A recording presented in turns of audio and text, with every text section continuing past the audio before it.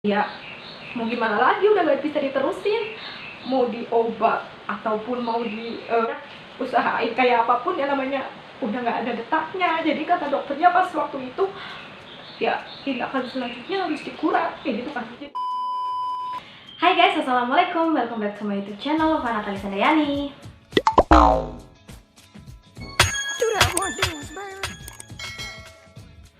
Guys, di video kali ini aku nggak bikin video tutorial masalah make up atau masalah apapun. Tapi hari ini aku mau cerita, aku mau sharing-sharing ke kalian kehamilan aku dan keguguran aku yang jaraknya itu sangat-sangat singkat banget guys.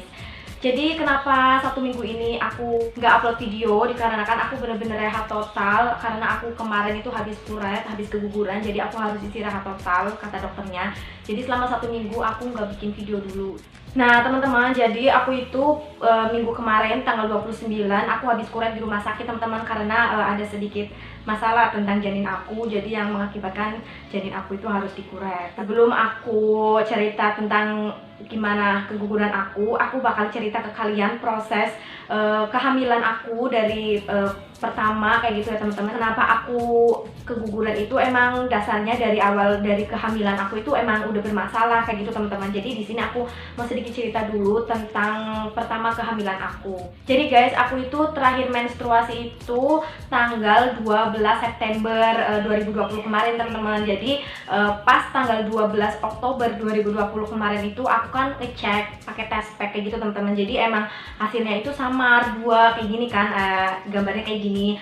Dan itu aku masih kayak agak bingung kayak gitu kan, karena emang garisnya itu bener-bener samar banget. Tapi aku cek lagi setelah tanggal 13 Oktober 2020 itu aku cek lagi dan ternyata hasilnya itu emang agak jelas, karena mungkin kadar HCG-nya itu sudah lebih meningkat gitu kan. Dan disitu kan aku sama suami bener-bener seneng banget kan, karena kadang aku suka sedih sih kalau bayangin, cuma aku lagi mau bercerita aja ke kalian. Jadi waktu itu kan emang aku seneng banget kan, karena aku nikah itu tanggal 17 April dan emang baru dikasihnya itu pas bulan Oktober ini. Jadi pas itu kita langsung tuh bener-bener seneng banget dan akhirnya pergi ke dokter. Nah pada saat aku pergi ke dokter, janin aku emang udah memasuki 5 minggu kayak gitu teman-teman. Tapi yang bikin aku sedikit sedih itu pas pertama banget aku USG di 5 minggu itu, dokter aku tuh bilang loh kalau rahim aku itu agak sedikit bermasalah kayak gitu kan teman-teman. Ini aku ada hasil USG di 5 minggu pertama kayak gini teman-teman, dan ini ada gambarnya kayak gini. Jadi si rahim aku itu waktu pertama aku di 5 minggu ini tuh katanya hati-hati dengan rahim. Ada kan yang di sebelah sini ada kayak nggak bulat kayak gitu rahimnya, ada benjolan kayak gitu kan. Jadi itu bisa mengakibatkan si janin itu tidak berkembang atau tidak berada pada rahim. Jadi bisa jadi itu hamil di luar rahim kayak gitu teman-teman. Jadi kehamilan seperti ini tuh emang jarang-jarang banget terjadi kayak gitu teman-teman, hanya beberapa persen aja. Jadi pas aku yang namanya hamil pertama kayak gitu kan, pas periksa langsung dokternya bilang kayak gitu kan, aku shock banget kayak gitu kan teman-teman. Jadi kan awam, namanya juga aku hamil pertama, jadi aku nanya dong, hamil 2 rahim itu seperti apa dok, apa ini bermasalah, apa nanti ada benar-benar masalah sampai hamil aku besar. Kata dokternya itu kalau misalkan hamil di luar rahim seperti yang aku alami seperti ini, itu bisa jadi hamilnya itu nggak bisa sampai 9 bulan. Jadi usia si janin itu hanya 10 minggu kayak gitu teman-teman. Jadi paling maksimal itu 3 bulan itu bertahan. Jadi emang ada resiko keguguran. Nah dari situ tuh aku emang benar-benar udah pasrah kayak gitu kan. Jadi aku selalu berdoa, dan dari situ tuh aku benar-benar shock banget kan. Cuma alhamdulillahnya, alhamdulillah banyak keluarga yang support juga. Suami aku juga benar-benar support kayak gitu kan. Mungkin karena baru awal-awal hamil, mungkin yang namanya rahim itu belum terbentuk sempurna kayak gitu kan. Jadi aku dikasih obat vitamin yang bagus sama dokternya itu biar kita lihat perkembangan nanti 2 minggu lagi suruh check up. Pas 2 minggu lagi aku check up ke situ teman-teman, dan alhamdulillahnya itu usia janin aku udah memasuki 7 minggu. Nah, di sini aku juga ada hasil USG-nya. Ini aku taruh lagi di sini. Ini tuh aku janin harusnya usianya itu udah memasuki 7 minggu. Tapi dari ukuran si janinnya itu baru kelihatan 6 minggu kayak gitu teman-teman. Tapi alhamdulillahnya itu janin aku itu udah masuk di dalam rahim. Jadi karena pengaruh obatnya juga, terus akunya juga positif, selalu berusaha dan berdoa terus sama Allah kan. Jadi emang alhamdulillah ini pertamanya ini harusnya itu masuk ke usia 7 minggu, tapi dari ukuran janinnya itu hanya 6 minggu dan alhamdulillah sudah ada detaknya kayak gitu kan teman-teman. Jadi kata dokternya itu baik-baik aja dan itu udah aku seneng banget dan bener-bener happy, excited banget karena alhamdulillah semua yang aku bayangin tentang pertama dokternya bilang katanya itu hamil bisa di luar kandungan dan bisa jadi itu usianya hanya 3 bulan aja, dan ini tuh aku udah bener-bener hapus semua pikiran itu karena aku udah bener-bener seneng banget karena janin aku udah memasuki 6 minggu dan alhamdulillah udah ada detaknya.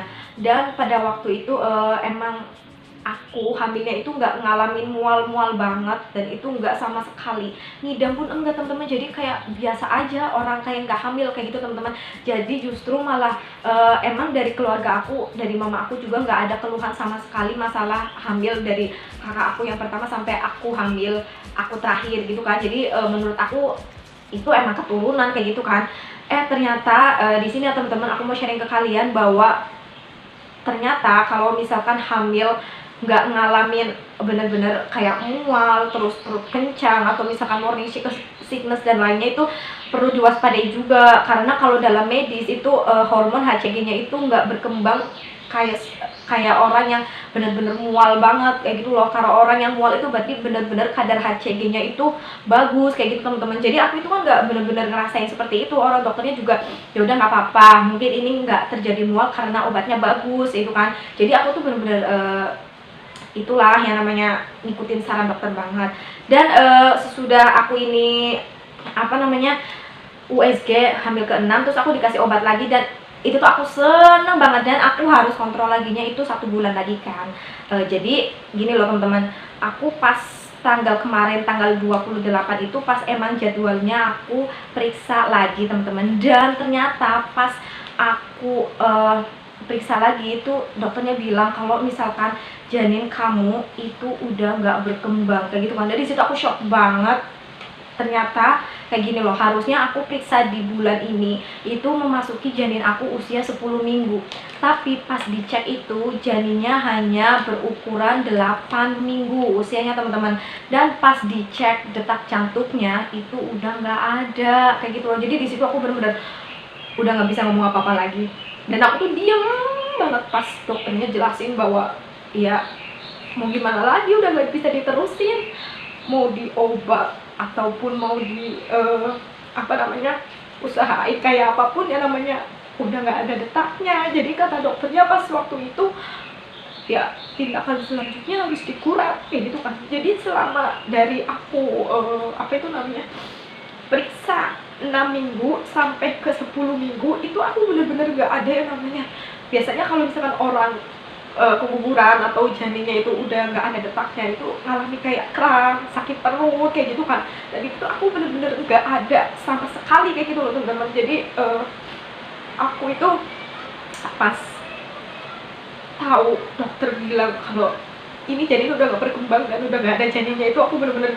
speechless banget. Dan aku pas dokternya ngomongin itu aku cuma diem dan aku udah nggak bisa apa-apa kan. Cuma aku bilang kayak gini, yang terbaik tuh kayak gimana dok?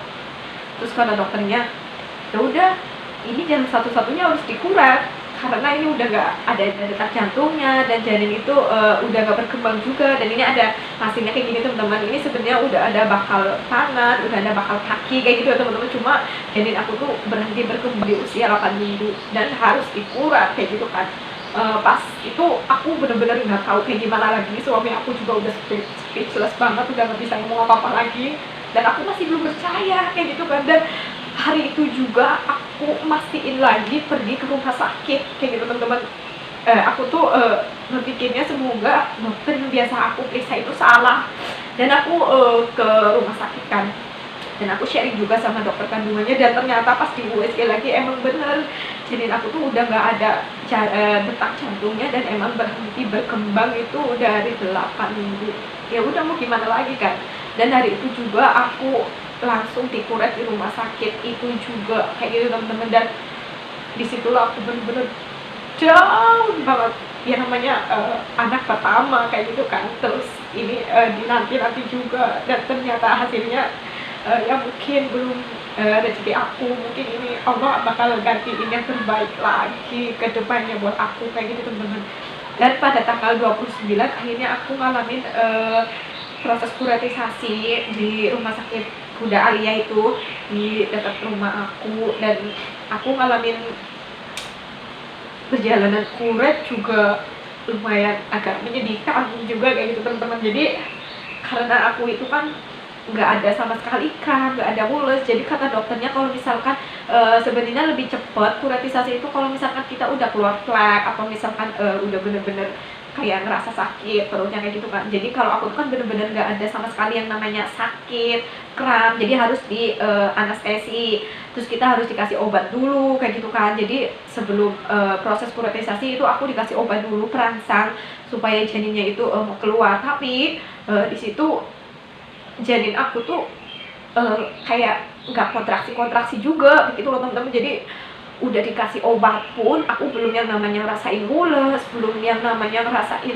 bener-bener cramp, flek, itu nggak ada. Jadi sakitnya itu di situ, maksudnya kayak di maaf ya, itu kan yang namanya di masukin tangan itu ke barang kita, terus kita di kayak aduk lagi supaya kita ngerasa mules kayak gitu kan. Tahu-taunya enggak, dan itu di situ sakitnya bukan main teman-teman. Jadi ada nikmatnya juga, jadi bisa cerita ke kalian gimana rasanya kuratisasi itu. Sebenarnya kuretnya itu sendiri itu nggak sakit, soalnya itu kan dibius total kayak gitu teman-teman. Jadi yang sakitnya itu pas dimasukin obat perangsangnya agar si janin itu tuh bener-bener ngalami kontraksi. Maaf ya teman-teman, di luar lagi hujan. Nah kayak gitu teman-teman. Jadi pas tanggal 29 setengah 2 itu aku dikuret, dan alhamdulillah suami aku setia banget teman-teman, dan alhamdulillah banget pokoknya. Terus aku nggak nginep juga karena cuma proses kuretisasi itu hanya 20 menit aja teman-teman. Jadi benar-benar nggak nginep, habis bersih semua paginya aku langsung pulang kayak gitu teman-teman. Dan harus ada perawatan khusus di rumah selama 2 hari, harus istirahat total kayak gitu kan. Soalnya ya sama aja kayak lahiran kecil, jadi harus benar-benar istirahat kayak gitu teman-teman. Dan 1 minggu lagi tuh juga aku kontrol kayak gitu teman-teman. Jadi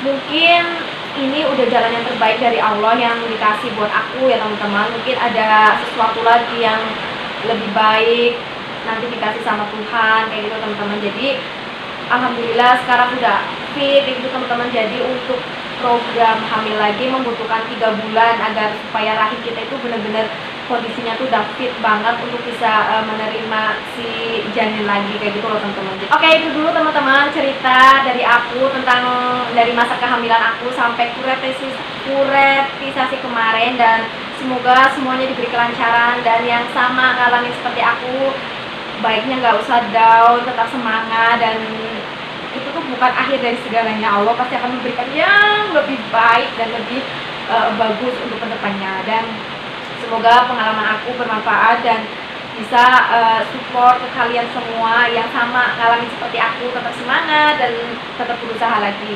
Semoga diberi jalan yang terbaik oleh Allah Subhanahu wa Ta'ala. Oke, terima kasih udah menonton teman-teman. Ini cerita aku tentang pengalaman aku kuratisasi dan hamil yang jaraknya itu benar-benar singkat banget. Semoga video ini bermanfaat untuk kalian, dan jangan lupa klik subscribe, like, comment, share video ini ke teman-teman kalian, dan jangan lupa like dan share. Bye.